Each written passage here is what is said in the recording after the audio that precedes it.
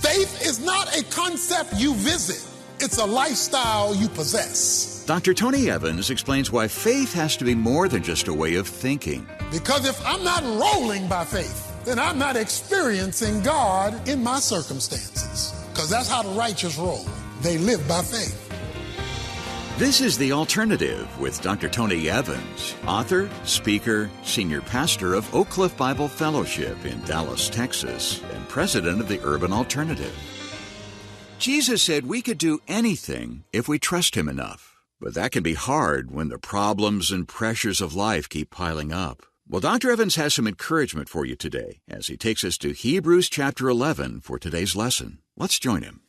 There are many people today who are living with a sense of hopelessness, a sense that it's not working, it's not worth it, it's not fair, I quit, I give in, I throw in the towel, I can't take it anymore. A sense of profound despair. That was true of the folks that the author of Hebrews was writing. They were on the verge of quitting the faith, going back to the world. They didn't think this Christian thing was worth it. I've got unanswered prayers. I've got unfulfilled dreams. Things in my life that I thought God was going to take care of and has not yet been addressed. So I'm ready to throw in the towel. He says, I am writing you so that you don't throw in the towel, for the righteous shall live by faith. Okay, watch this. Whatever faith is, we're going to talk about it in a moment, it's supposed to be a lifestyle, not an event. The righteous shall live by faith. In other words, whatever faith is how you should roll. It should be how you flow. It should be your normal modus operandi of life. Faith is not a concept you visit. It's a lifestyle you possess. Because the righteous shall live by faith. So, if you're not living by faith, it's because you're not yet righteous. Because that's how the righteous live. And the righteous who learn to live by whatever faith is get to experience God in action.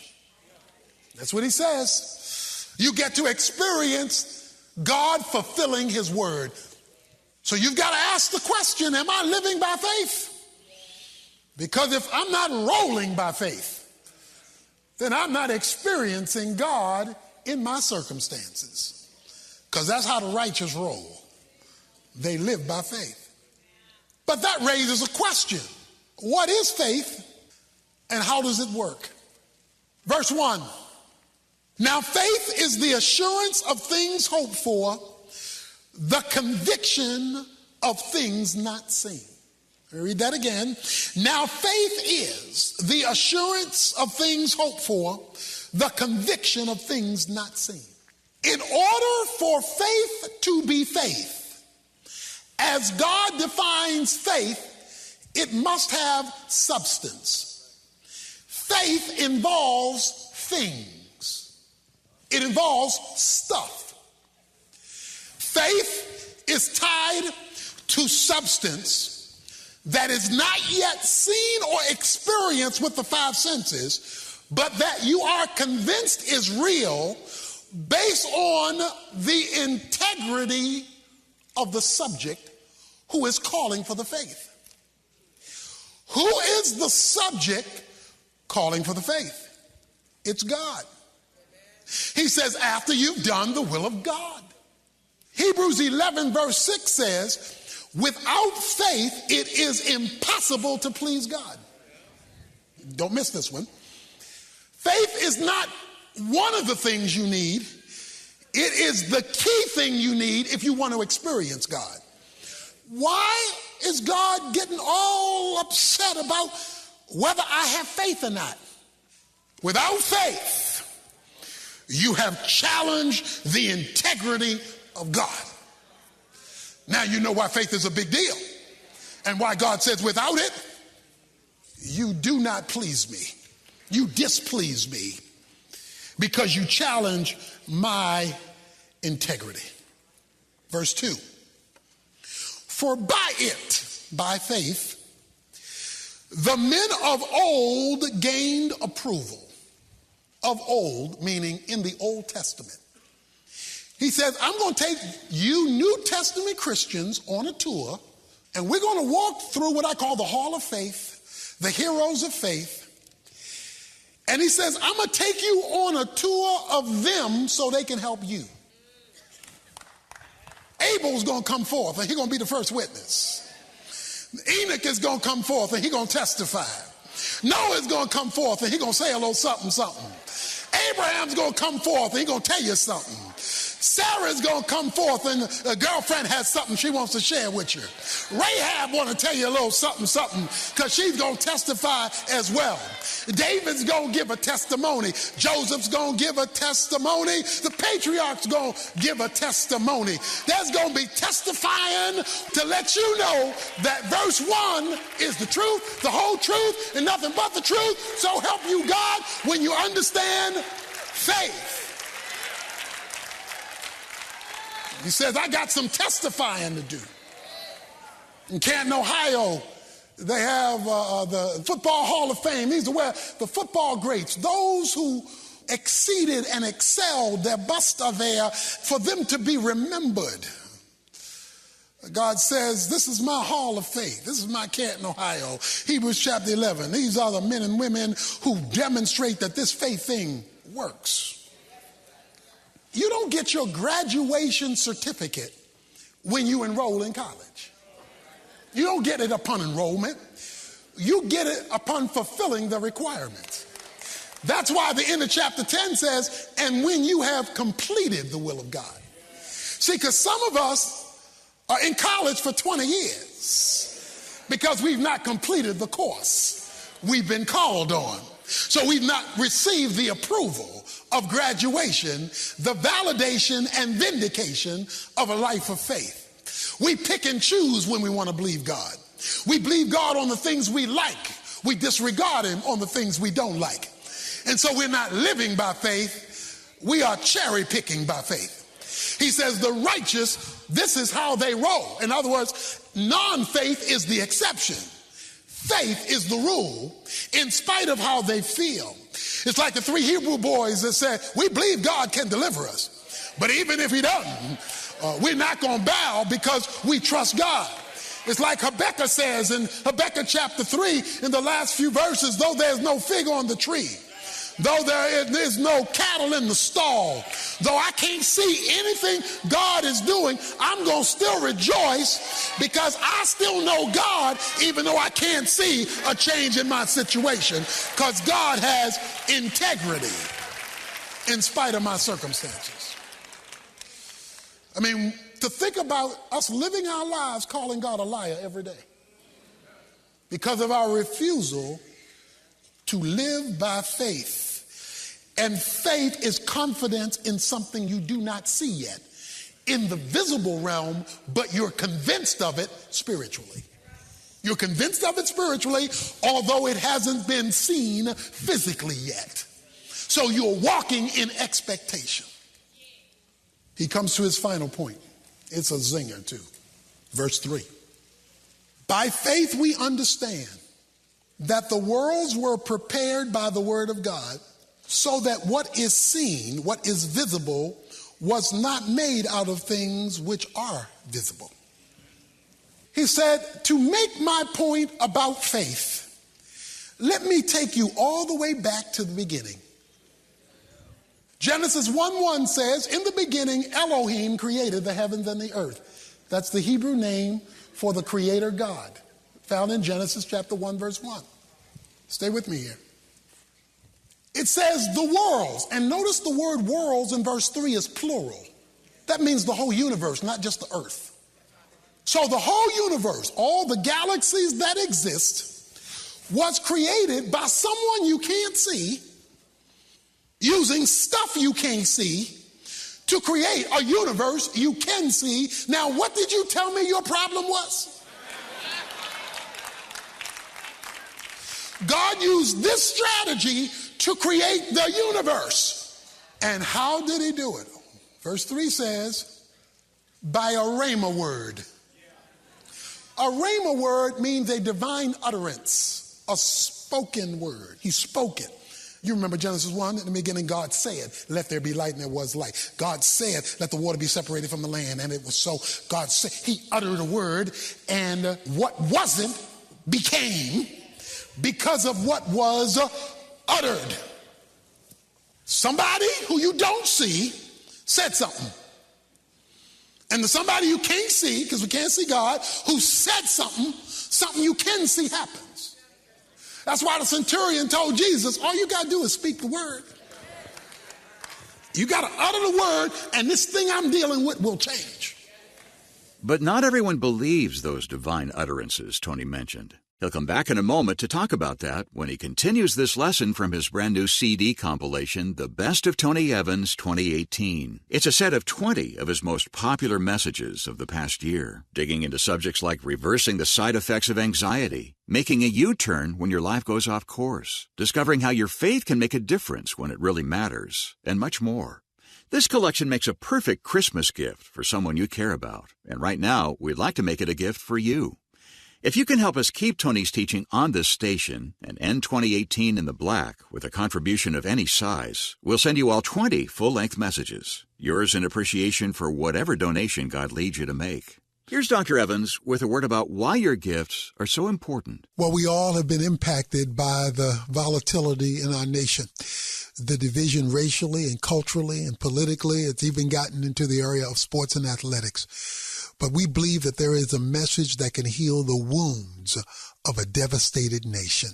And this message is the good news of Jesus Christ, and we're out there proclaiming it. And you can help us to take that message further. So as you consider your year-end giving, would you please be generous to the Urban Alternative so that we can take advantage of the opportunities to proclaim Christ, his truth, his word, and his kingdom throughout the whole nation.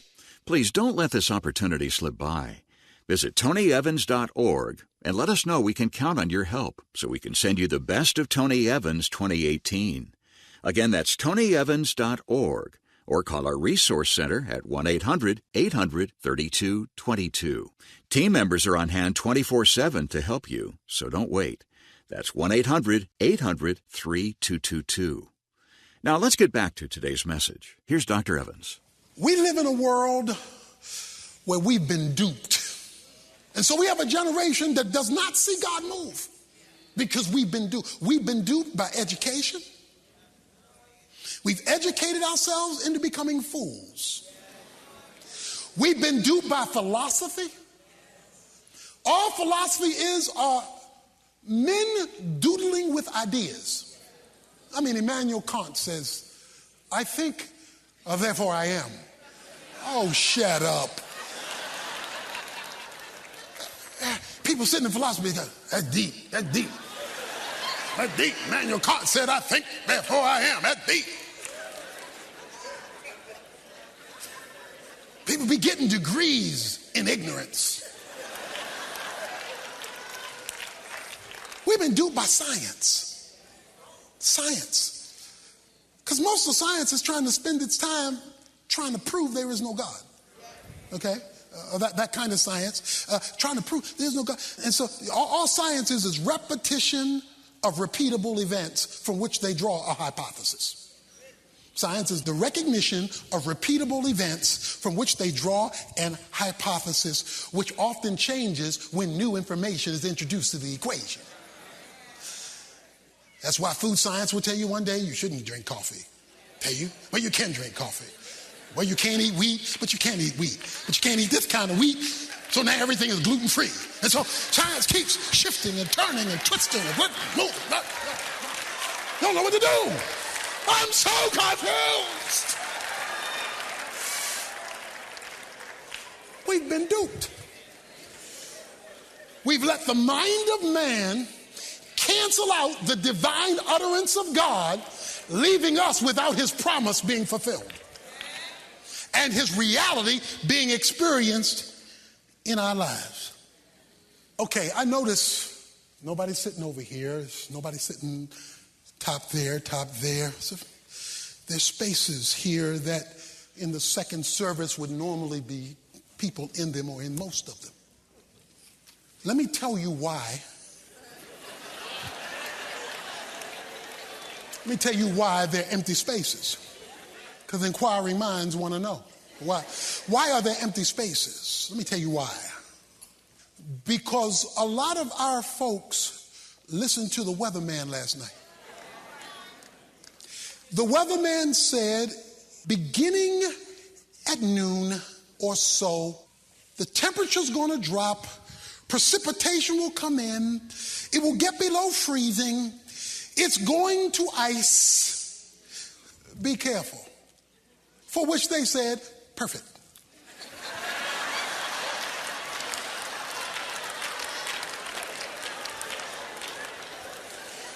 The weatherman uttered a word. The weatherman, the meteorologist, said it's going to be tough going early afternoon in Dallas, Texas, and they believed the word. You see where I'm going? Because they believed the word, they acted on the word that they believed, and therefore they decided to worship at Bedside Baptist and Mattress Methodist. They decided to worship at home, and they decided to do it because they believed the word. Now, all of us who listen to the weather know that the weathermen are often wrong. They say it's going to rain, but it doesn't rain. They say it's going to be cold, but it's nicer than the temperature they predicted. So they're sometimes hot and sometimes cold, no pun intended. The weatherman is sometimes right and sometimes wrong, but we tune in nightly to their word because their word will determine, do we take an umbrella? Do we not take an umbrella? Do we pick up a coat or do we not pick up a coat? Do I need a jacket or do I not need a jacket? Do I need a rain hat? Do I not take a rain hat? And we make those decisions on the word of a man who sometimes is right and sometimes is wrong, but we trust his word. If you can believe the word of a weatherman who's up today and down tomorrow, what about a God who's never wrong, never lied, never made a mistake? We act on the word. We don't say because it's going to be icing outside and he says it's cold, let me go on with a t-shirt because we heard the word. We haven't seen the weather yet, but we act on it based on the word. You go to your doctor, he writes you a prescription. And if you can read the prescription, he's not a real doctor. Because real doctors can't write. A prescription you don't understand from a man you trust. See, that's the difference. Some people read the Bible and say, I don't understand it. The question is, do you trust the author?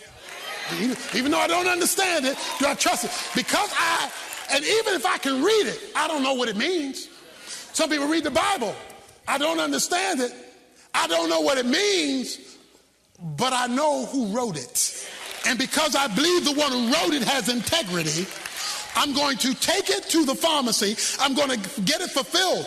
But faith has not occurred simply by picking up what was written from a person of integrity, getting what he provides. Faith has not been exercised until you take the medicine. Until you act on the prescription, all it is writing on a piece of paper by a person who has integrity that is of absolutely no benefit to you. The question you have to ask with faith is, does God have integrity? And if he does, will I align what he tells me to do in every area of life? Not just in church life, not just in quote unquote the religious life, but every aspect of life, my career, my money, my relationships, my singlehood, my this, my that. Does God have integrity on every subject? You say, but I don't see it. And you won't. until he sees you moving in faith. Dr. Evans will come back to wrap up our program with a story about how to get that movement started. So stay with us. But first, today's lesson was titled The Concept of Faith, and it's available either individually or as a part of the new compilation called The Best of Tony Evans 2018, an assortment of his most requested messages of the past year. If you can help us keep Tony's teaching on this station, we'll send you the first 10 messages on this set on CD, along with digital downloads of the other 10. That's 20 full-length messages. Yours in appreciation for whatever donation God leads you to make. But be sure to contact us right away, since this offer is only available for a limited time.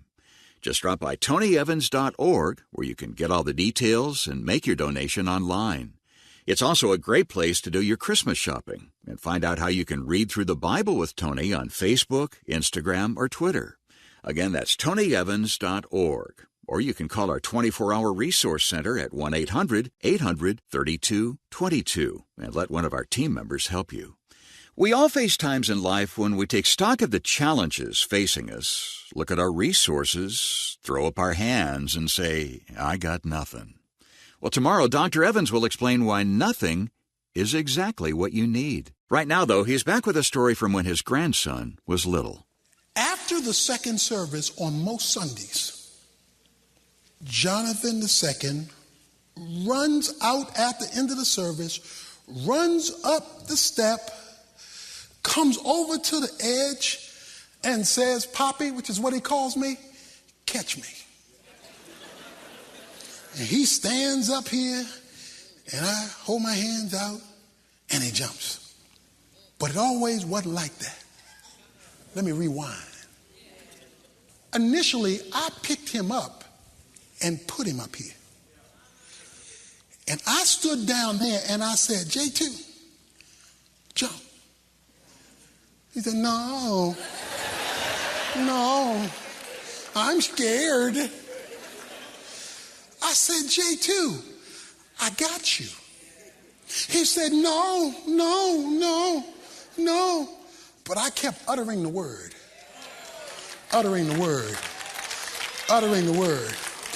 The problem is he wasn't believing the word because he was not confident in my integrity.